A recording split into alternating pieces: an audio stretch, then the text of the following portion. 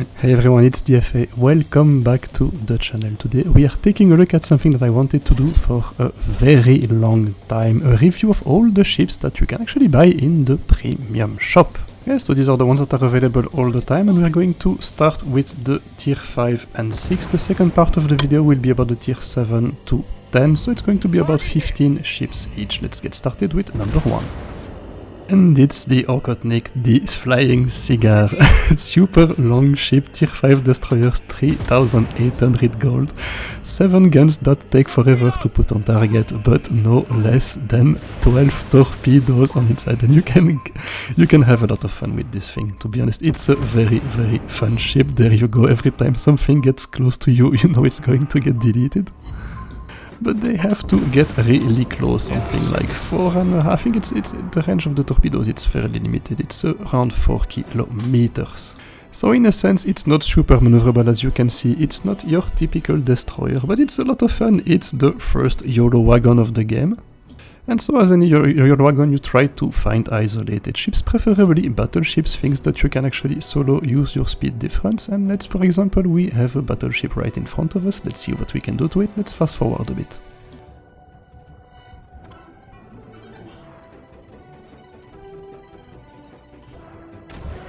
And here we are within 5 kilometers. We're going to activate the engine boost. That Bretagne, it's a little bit too late to start moving. You see, you only have one gun firing forward with that thing, so it's really a YOLO wagon. That's all you can do with it. The guns take forever to get on target, but boy, is it fun. Just look at what is going to happen. I mean, it's at tier 5, it's a very fun playstyle. 1, 2, 3, 4 salvos of torpedoes, and boom, boom, boom, boom, boom, there you go, bye-bye. Okhotonik, a lot of fun. I'm going to give it 2 stars out of 3 because it's not a competitive ship, but it's certainly a very fun one. And once you can get those guns on target, you can also deal quite a lot of damage. Let's move to the next one. And the next one is the tier 5 premium Japanese torpedo boat, the Kamikaze, that you can get for only 4,000 gold. And what a fantastic machine that is. It's super fast, you can see it going 43 knots, and you get 6 torpedoes that are super precise and that actually reload in around 40 seconds. So it is by far the best destroyer you can buy to learn how to aim with torpedoes, because they are very accurate, they reload super fast, you get 6 of them per salvo, so it's actually, well, you can deal quite a lot of damage. And it's a very mobile platform. You also get more than 2 kilometers of stealth torpedo range, so it's really the perfect vehicle for practicing how to put torpedoes on target. It's a typical torpedo boat as well. The guns are not very good. Well, they're actually quite decent, but they're quite difficult to get on target because you're a very maneuverable ship and they rotate quite slowly. So it's really a playbook for torpedo boats, and you're going to see what is going to happen to that Bretagne. We're going to get into position. The torpedoes are already going to be reloaded, and you see that we're engaging at, well, a little bit more than 5 kilometers, 6 kilometers. Absolutely not a problem. I can turn around, send my torpedoes in its direction, and they are all going to be hitting their target. So you see that the spread is very narrow. Kamikaze, a perfect boat to learn how to place and aim torpedoes, and I will give it 3 stars for that reason. If you enjoy that thing, chances are you will very much enjoy the Japanese torpedo boat line. And you can learn a lot of valuable lessons with the ship. It's actually very fun to play. Kamikaze, 3 stars. Next. And the next one is the Marblehead Tier 5 American Premium Light Cruiser that you can get for 4,700 gold. And yeah, it doesn't look it's actually looking quite good, but it's not very modern. You get torpedoes, a range of almost 8 kilometers. You get a lot of guns, but you almost have to be full broadside to be using them. And the main problem I have with that thing is you are simply not dealing enough damage with it. So what do you get? Something like a 6 or 7, 15 centimeters gun. I think it's only, yeah, it's 8 of them. 2 double turrets and 4 individual turrets, but you see that you actually have to show quite a lot of skin to be using them. And we see in that gameplay we're going to be firing at targets all the time, every time. And yeah, I mean, it's it simply does not have enough firepower to be considered competitive or even a good learning platform. Only 2 shots on that destroyer there. And honestly, I'm going to give it 1 star out of 3, only simply because there are much better options if you're willing to get into cruisers at tier 6, so you don't have to invest a lot more money and the tier is not going to be fundamentally different. So we might actually take a look at these instead of taking a look at that thing desperately trying to be dealing damage. Can we maybe get a kill there on the destroyer at 6 kilometers? It should be easy, come on, it should be pretty easy. Apparently no, it isn't. Let's move to the next one.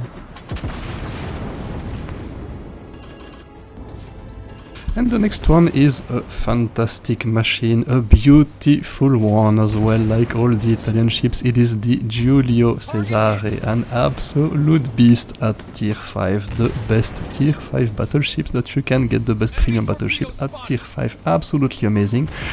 For a couple of reasons. Not only is it beautiful, but it can also do almost everything you ask. It is a decent secondaries, very good mobility and maneuverability for tier 5 and even tier 6 battleships.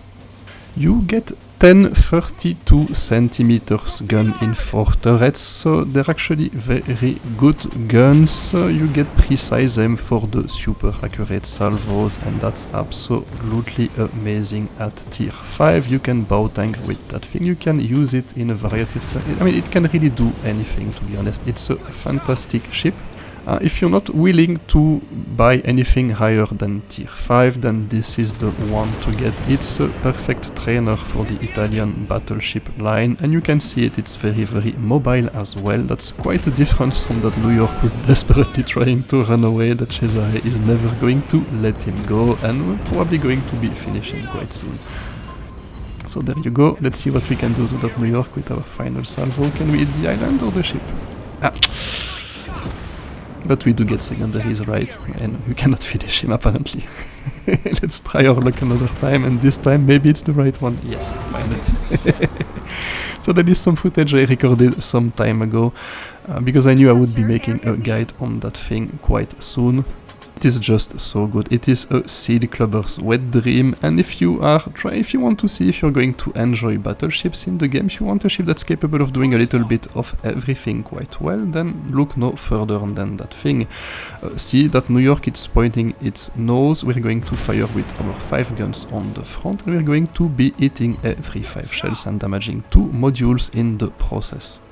So yes, accuracy, check, guns, check, mobility, check, bow tanking, check, escaping, check, secondaries, average, but it's tier 5, no ship really has super secondaries at tier 5 except maybe the Rio, but it's not available in the premium shop, that's why we are not reviewing it.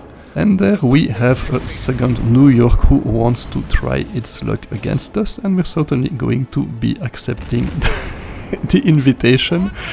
And you see, in terms of mobility, it's a completely different tale between the 2 ships. Are we able to close the distance very effectively? We will get our guns on target very easily.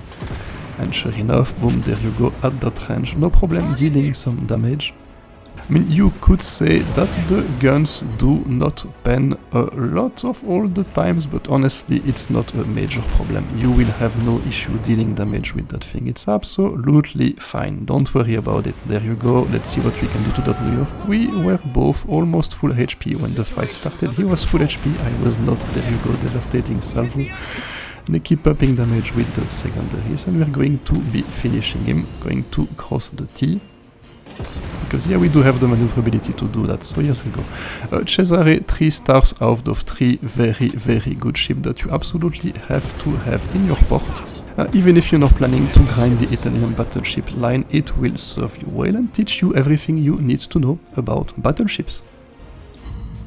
And the next one, the beautiful Texas with its wonderful camo here, the Lone Star camo, and yeah, unfortunately this one had to come right after the Giulio Cesare, as we are reviewing the ships in the order which they appear in the premium shop.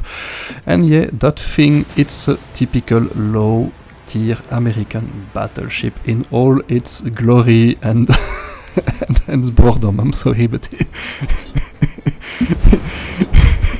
Jesus Christ, that thing is slow. It's so fucking slow at 20 knots. Yeah, you can deal quite a lot of damage with it. It's certainly capable of doing so, although yeah, the accuracy is actually quite troll, but look at that. We are so slow to get into position. If that thing decides to run away, there's very little we can do. Oh la la la la la la. Yeah, at that range it's not a problem, but yeah, don't let that fool you. I've had very, very disappointing accuracy results with that thing. Quite a lot of surprises. So it's unfortunately, I mean, oh la la la, it looks like all people having sex. Jesus Christ, we will get there someday. There you go, we finally finished it, and now we are left with that cruiser, and you see the accuracy can actually be quite troll. I think that salvo wasn't quite hard to miss. So yeah, Texas, you guessed it, there you go, that's the Furutaka on the other side. There's not a lot we can do, and we're going to take forever to get into position. We do bleed a lot of speed every time we move, and luckily that guy does something very silly, presents a nice broadside to us, and we're actually in a position to be targeting him, while we are desperately trying to run away from the torpedoes of that Furutaka. So Texas, it's your typical low-tier American battleship, rapid reload, pretty poor speed, devastating broadside if it manages to hit, and you have to get fairly close with the Texas to do that. Once you manage to get into those positions, it can actually do quite a bit of damage. But honestly, there are much better alternatives if you enjoy that playstyle at tier 6 and tier 7, and they're not a lot more expensive. And to be honest, yeah, that thing is quite tanky. I couldn't care less if that Furutaka is going to shoot torpedoes at me, because I know that I will be able to take the damage, no problem. But yeah, it's not a very exciting playstyle, I don't enjoy it very much, so the Texas only 1 star out of 3. There are much better alternatives if you enjoy that kind of playstyle at tier 6 and tier 7, and we'll take a look at one of them a bit later. Okay, here we are. Now we take a look at Agincourt, the next tier 5 battleships, and yes, if you can actually count, there are no less than 7 turrets on that thing. 7 turrets with 2 guns, so that's 14 guns that you can actually get on target. So 14 305mm guns on British battleships that you shoot HE shells that each deal close to 1000 damage. What could you possibly be doing with that thing? Take a look at that destroyer. I'm pretty sure it's going to come on the other side of that island, appearing right in front of me. I'm going to prepare my guns. It's quite difficult to get the 2 middle turrets on target, and there you go. Boop, boop, boop, boop, boop. Yeah, it doesn't want to play with me anymore. I have no idea why. So yeah, you guessed it, it's a troll ship. I'm going to give it 2 stars out of 3 because it's not competitive, but it's actually quite fun and you can actually enjoy this one pretty much. You will always find yourself during games looking for those opportunities to be smashing destroyers and light cruisers with those 14 HE shells. Agincourt, 2 stars. And yes, finally, we take a look at the final tier 5 premium ship, the Oktyabrskaya Revolutsiya. I hope I did pronounce that one right. And it's a Russian battleship. Decent speed, 23 knots, 12 guns, 12 205mm guns that you can put on target. But Jesus Christ, that thing is absolutely ugly.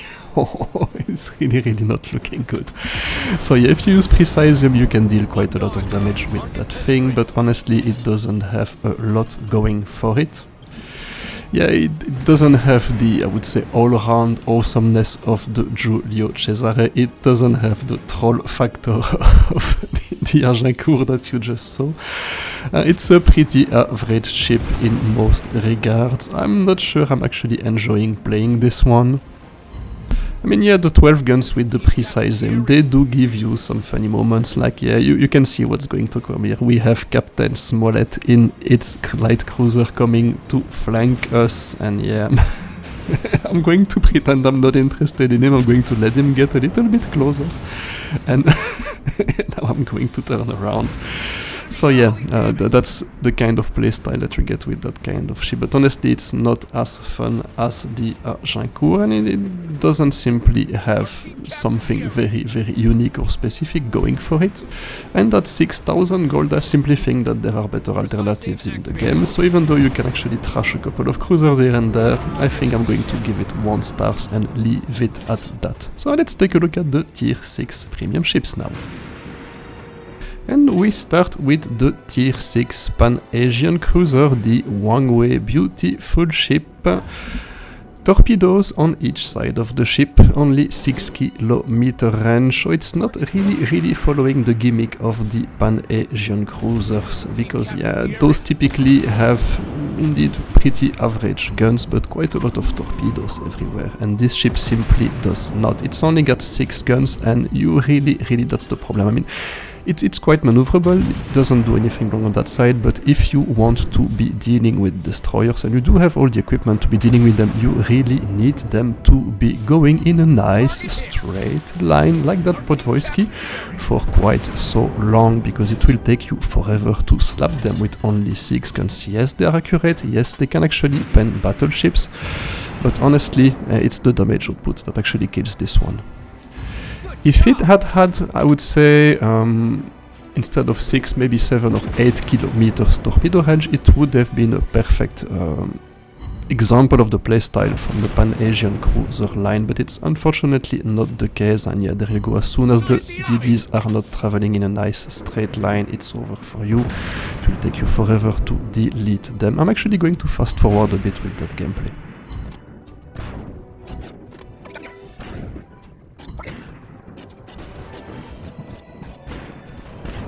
And yet, to prove my point, here we are a couple of minutes later facing the enemy CV6 gun on an independence. We are going to land most of the shots, but Jesus Christ, how long is it going to take us to be deleting that thing? Oh la la la la. I mean, it's really sad because it's a fun ship to play. It does have a lot of maneuverability. It's actually quite decent, but yeah, it's really the damage output that's killing it. That's a bit sad. So because there was a lot going for it. So Wargaming, if you are listening, give it a couple of extra kilometers torpedo range and make it the perfect cruiser for to be training for the Pan-Asian cruiser line, because those are really fun and amazing ships. I'm afraid the other trainer in the premium shop for that line is also not very good. Yeah, by the way, we're still trying to kill that thing, so it's going to take forever. I'm going to leave it there because that EUDD is going to be doing it before us. So there you go, Huanghe, 1 star out of 3, only because of the damage output. Next. And the next one is another Pan-Asian ship, this time a destroyer, the Anshan, and it's actually, it's quite simple to summarize that thing. It's a Fushun that is worst in every single way. It has worst torpedoes, worst torpedo range, damage, reload time. Almost everything is worst about the ship than the Fushun. Honestly, it's very difficult to give it more than 1 star. It really needs a bit of love, because yeah, I really don't see the point of that ship in its current state.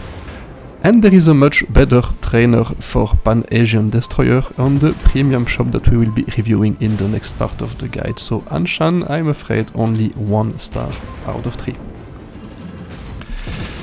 And the next one in the premium shop is the tier 6 premium light cruiser, the De Grasse, French light cruiser De Grasse, and what a fantastic machine that is. That's one of my favorite ships in it. It is absolutely magnificent. Let's talk about the ship. So it does have a couple of differences from the La Galissonière, which is the Tech 3 variant. This one doesn't have a rapid reload. It gets an AA skill instead of it, which is not super useful, but it does get 2 useful features. 1% extra fire chance, that's very good, and it also gets I think it's around 15 or 16 degrees of turret rotation, and combined with the maneuverability and the speed of that thing, it is an absolute beast, because you are able to go everywhere you need to be on the battlefield. You are able to engage any kind of target, and I've chosen this gameplay to perfectly illustrate that. I was actually toying with New Mexico without any problems. I mean, you can dodge, you're maneuverable enough to be dodging shells with that thing, and I see that the enemy team is making a push for my base, and I'm going to accelerate to get into position, immediately reaching my top speed, which is quite close to 40 knots. So that thing is super fast, just like the French cruisers, by the way. And so, as I was saying, you see that my turrets are immediately in a position to be firing. I have absolutely no problem engaging anything, even with torpedoes. And you saw me putting 3 torpedoes on that New Mexico, because the range is very good indeed. In terms of, there you go, that's a beautiful salvo there. 9 hits on that Galissonier, and it's it's already going down. So De Grasse, it's amazing. It's an amazing carry machine. Carrying this game is going to be quite complicated, because it's a 2 versus 5, but let's watch what happens. I'm not going to spoil the end. So it is a beautiful machine to be learning how to play cruisers, but it comes at a price, and the Grasse, I mean, it's not a very survivable ship. Yes, it can dodge, but if you look at it, it's quite a big target. There you go, that was cruiser number 1. My teammate is finishing it. Let's engage that Leipzig.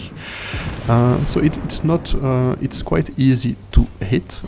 Yes, it can dodge, yes, it can maneuver, but if you make one positioning mistake and you take a salvo from a battleship, you're going to regret it for a long time. So if you are willing to invest the time, if you are really willing to learn about light cruisers, then that thing is absolutely perfect, but you have to expect that your first game might be miserable, because you will get deleted, and it will actually teach you a lot of lessons about positioning. So there you go, that's enemy cruiser number 2 going down. Oh no, he has actually, oh, I misaimed that one, it was actually too close. My teammate finishes the second one as well. Let's take a look at the third one. The New Mexico is finally coming into position, but we do have a Duca d'Aosta there. And let's see what we can do with that thing. So I'm firing AP at those ships. I can pet them absolutely no problem. Torpedo range excellent as well, but the Duca d'Aosta, it's firing SAP, and it's a very dangerous ship for other light cruisers. You see that the cam of the De Grasse is beautiful, by the way. It's the image I've chosen to illustrate that guide on YouTube. And so yes, to summarize the ship, it is absolutely brilliant. It is an incredible carry machine. It can do everything, but what it cannot do is, I would say, correct your positioning mistakes. And so it's one of the first ships I bought in the game, and boy, oh boy, is that reflected in my stats, because yeah, the first battles with that thing were absolutely miserable, and I had to put it aside for a couple of months or years until I was a bit more familiar with the game. There you go. So we brought a 5 versus 2 to a 2 versus 2 without any problem. I am now with the black De Grasse instead of the regular De Grasse. But yeah, if we had a couple more minutes on the game, we could have dealt with the New Mexico, and unfortunately the enemy team is going to take this one home. So yeah, De Grasse, absolutely fantastic vessel. If you are willing to take the time to learn how to use it, 3 stars out of 3, no problem. And the next one, as luck would have it, is the Sirius Tier 6 British Premium Light Cruiser, and it's actually compensating for a lot of the weaknesses of the De Grasse. If you look at it, that ship does everything well as well, just a little bit less than the De Grasse. It does have a bit less firepower, but what it does have that the De Grasse does not have is survivability, both in terms of AA. It does have really good AA indeed, but also it has 3 smoke charges, and this one is probably a bit more beginner friendly than the De Grasse for that particular reason. So it's still able to be dealing with battleships, cruisers and other destroyers. It does have, unlike the other British light cruisers, AP and HE, so it's actually quite decent with regards to that, but I think in damage potential it's not as high as the De Grasse. But yeah, what you gain in, I would say, defensive capabilities, you lose in offensive ones, and so concretely it's still a very capable ship. I actually enjoy it a lot. I probably think that this is the most beginner friendly of the two ships, but yeah, it's kind of difficult to say because when I bought this one I was not a beginner anymore. Doesn't mean I don't make any stupid positioning mistake like anybody else and I can get away with it with that smoke, with those 3 smokes, sorry. But all in all, this is another perfect ship to be learning the playstyle of light cruisers. Yes, you do have AP and HE, 10 small caliber guns, but the AP, if you get close enough, it's able to do the job. If you're able to hit the weak spots of enemy battleships, yes, this is a bot, but we're still going to be finishing it with our AP shells. There you go, you see, absolutely no problem dealing damage. And while the rest of my team is busy, the rest of the enemy team is busy dealing with that Dunkerque, I'm actually pretty safe to be farming damage. So yeah, it's also a light cruiser, don't expect to be getting away with a lot of mistakes. If a battleship takes one salvo at you, you're going to be losing your life, but at least you have the option of hiding into smoke to be able to escape or to be consistently dealing damage. So it's going to teach you a lot of very useful lessons in terms of map awareness, in terms of playing a support role, or when you actually have to get close to the enemy and engage. That Conte di Cavour is focusing on my teammates Dunkerque. It's probably not paying too much attention to me, focusing too much on it, and I'm able to get on the other side of him and to be using my AP shells to be finishing it. So it's a very, very good ship. It can teach you a lot of very useful lessons. Sirius 3 stars out of 3 and probably the more beginner friendly out of the 3 stars cruisers at tier 6, at least according to me. Let's take a look at the next one. And the next one is the Molotov Tier 6 Russian light premium light cruiser, and it's actually very, very Russian and a very good ship with regards to that. It does get, is it 8 or 9? I think it's 8 tier 9 guns, the 180s that the Donskoy is getting, at least on paper, and indeed that thing is pretty efficient when dealing with battleships and especially other light cruisers and heavy cruisers. You will pen them absolutely no problem. The torpedoes are there for the show. I think the range is fairly limited. I don't remember, but I think it was something like, yeah, just check this, 4.5 kilometers. So yeah, it's very Russian. But if you choose your targets well with that thing, you can do reasonably well. Unfortunately, what you gain in firepower, you lose in survival. You see that they're fairly accurate and they can deal some damage. But what you gain in firepower, you lose in survivability and maneuverability. That thing moves like a brick, just like all the Russian cruisers. The HE is not great. You're better off using AP on everything except destroyers, and as soon as you are faced with another light cruiser, that is, we actually have 2 right in front of us, that's where you can actually start having fun. But yeah, the survivability, it's really, really not good, as you're going to see. It's not like the De Grasse gameplay, it's not going to be the same. So yeah, we can actually trash them, that's absolutely fine. But yeah, at what cost? So Molotov, it takes a lot more skill to do well than the previous 2 ships, I'm afraid, and that's the reason for which, even though it's not a bad ship, I'm going to give it 2 stars out of 3. It's certainly not bad, but it's a bit more unforgiving, let me put it this way. Molotov 2 stars out of 3, it's a fairly good showcase for the Russian cruiser lines.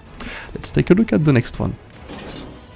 And the next one is actually the pocket battleship, the Graf Spee, and boy did I used to like that thing, but unfortunately it's fallen from grace recently, let me tell you why. So historically it was positioned as a tier 6 heavy cruiser pocket battleship slash brawler. It does have the, I think it's a bit more, 7.15 kilometers secondary range, which is by far the best at tier 6 of all the tier 6 ships, including the Bayern. And it was also much more mobile than the Bayern. So concretely, that's how it was differentiated. And it could actually fulfill that role pretty well, provided you knew what you were doing. It gets 2 triple turrets with the same guns as the Scharnhorst at tier 6. They're not super accurate, but you get precise aim to compensate for it. But unfortunately, yeah, that's how it was different from the other ships at tier 6, but unfortunately the Wargaming introduced the Prince Eitel Friedrich, and this one is also much more maneuverable than the Bayern, and honestly when you compare the two ships, there is not a lot the Graf Spee is able to do that the Prince Eitel Friedrich is also able to do, only better. So the Graf Spee, it needs some love from Wargaming. It struggles a bit with that positioning. I mean, it's still a very capable brawler, and you can engage battleships at short range, absolutely no problem. It's just that the Prince Eitel Friedrich is just a most better ship, and you also have excellent German premium brawlers at tier 7 and tier 8, so the Graf Spee, I'm afraid that I have to give it only 1 star out of 3 for that reason. Let's take a look at the next one. And the next one is a battle cruiser as well, but this time classified as a battleship. It is the French Dunkerque for 7,400 gold, and that thing is actually, it's quite unique. It's not a tier 6 Richelieu, let's be honest with that. The Richelieu is by far the better of the two ships, but it does have a similar playstyle, because if you look at the characteristics, survivability is pretty average, the mobility is excellent, especially the top speed, especially at tier 6, I think it's 27, something like that, 20, almost 28, yeah, you see me going 29 there. And you get, but the DPM is by far the worst of all the tier 6 ships, but since you have all your guns at the 2 turrets at the front, you can actually take incredible positions on any map, and that's what you see me do on that battle. I was actually super close to the enemy island, and even though I have a pretty low DPM, I am able to position the ship immediately in a position to be dealing damage and engaging the next target. And look what we find right next to our position, the enemy CV, who was actually didn't think that I would be able to engage that quickly, and that I would actually be there. And so the Dunkerque, I mean, you know, the Richelieu is, if not my favorite, one of my favorite ships, and yeah, this feels a little bit weak in comparison with the Richelieu, but if you do not want to put money into the game, because the Richelieu is never going to be on sale for gold, let's be honest, it's always going to be costing something like 60-70 euros, this is probably as close as you can get. It's certainly better tier 4 tier than the tier 7 Strasbourg, and yeah, it's a fairly capable ship that can teach you a lot of lessons in terms of positioning, especially if you enjoy that kind of ships that have all their turrets at the front. It's a nice playstyle, to be honest. I kind of enjoy the Dunkerque, but I always have to remind myself when I am playing it that yeah, the Richelieu is just so much better. Yeah, another issue with it is the fact that it's a precise aiming ship, and all the French battleships and cruisers are rapid reload ones, so you kinda need a dedicated commander for the Dunkerque. So despite the poor DPM, it's still possible to deal quite a lot of damage with that thing. I think I finished that game with a big caliber. I'm not going to show it until the end. We have to move on to other ships. Dunkerque, I will give it 2 stars out of 3, and we take a look at the next battleship now. And the next one is a legend. It is the legendary Warspite, one of the ships in the list with one of the longest and most impressive service records. Concretely in the game, that thing has 8 guns. It's one of the most accurate tier 6 battleships. Mobility is actually fairly decent. The top speed is 24 knots, that's okay. The acceleration and maneuverability are actually fairly good, but what really makes that ship super nice, it's the accuracy and the power of the shells. You see, I'm not even in the range of engaging that battleship, and take a look at what's going to happen. Warspite, there you go. 5 hits above my maximum range. So yeah, it's a fairly good ship, and you don't need precise aim to be accurate with that thing. Rapid reload, it's just perfect for the Warspite. Because yeah, with those 8 guns at mid to short range, it's probably where you're suffering against ships like the Fuso, who have a lot more guns than you. And so yeah, it is an excellent ship. It is a historical. There you go. That's a Molotov giving me a very nice broadside there. Oh, I had HE loaded for that destroyer. So, but yeah, you see 7 shells on target. So, yeah, it's just a very capable machine. Absolutely excellent battleship. One of the best training ship that you can actually have in the game. So if you want to start with battleships, Giulio Cesare or these ones are actually your best bets. And I would go as far as saying that this is probably the best tier 6 battleship, so if it's not the best, it's certainly up there. So Warspite, certainly a good investment, you cannot go wrong with it. 3 stars out of 3, and also a nice historical ship to have in your port as well. So yeah, what can we do to that Fuso, by the way? Last salvo, because I cut to the next and final tier 6 battleship. Yup.